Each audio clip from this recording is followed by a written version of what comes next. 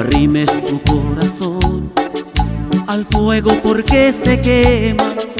Tú quieres probar la miel, sabrás que no siempre es bueno, y aquel que llega primero no siempre es el que se queda.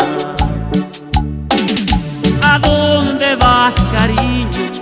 ¿Qué harás con tu libertad? Cuidado con las trampas que en el amor siempre hay, y cuida tu corazón, te lo van a destrozar.